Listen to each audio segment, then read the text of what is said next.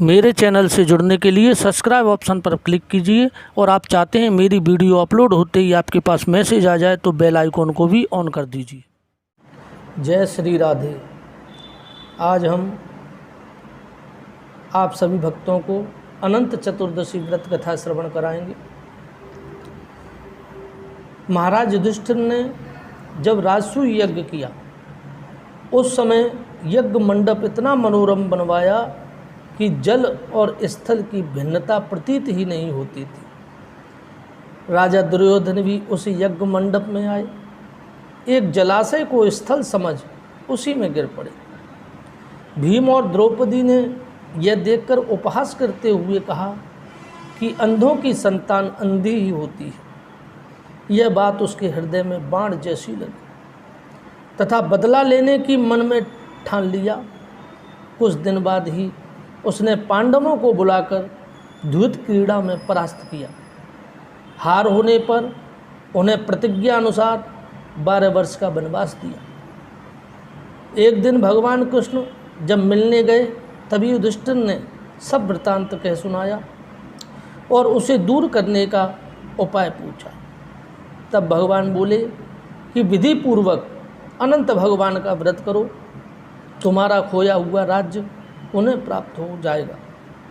इसके बाद श्री कृष्ण ने एक कथा सुनाई।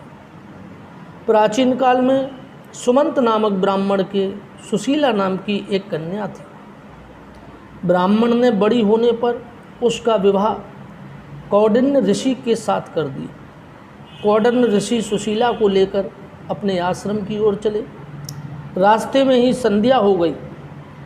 ऋषि नदी के किनारे संध्या करने लगे। सुशीला ने देखा वहीं पर बहुत सी स्त्रियां किसी देवता की पूजा कर रही हैं। तब उसने पास जाकर पूछा, आप सब किसकी पूजा कर रही हैं? उन सब ने सुशीला को अनंत व्रत की महिमा बताई। सुशीला ने वही उस अनुष्ठान का किया और 14 गांठों वाला डोरा हाथ में बांधकर ऋषि कौंडिन्य के पास आई।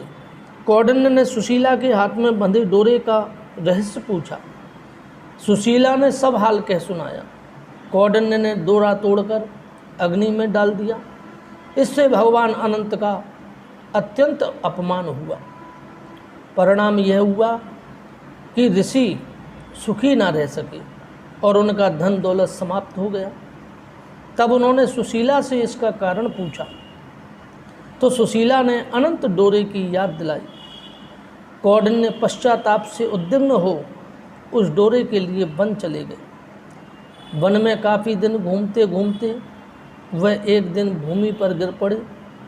तब अनंत भगवान ने उन्हें दर्शन दिया और बोले, हे कौंडिन्य, तुमने मेरा तिरस्कार किया था, तुमने मेरा अपमान किया था, उसी से तुम्हें इतना कष्ट भोगना पड़ा। अब तुम घर जाकर अनंत का अनुष्ठान 14 वर्षों तक करो। इससे तुम्हारे दुख दारिद्र्य मिट जाएंगे तथा धन धान्य से संपन्न हो जाओगे। जय श्री राधे।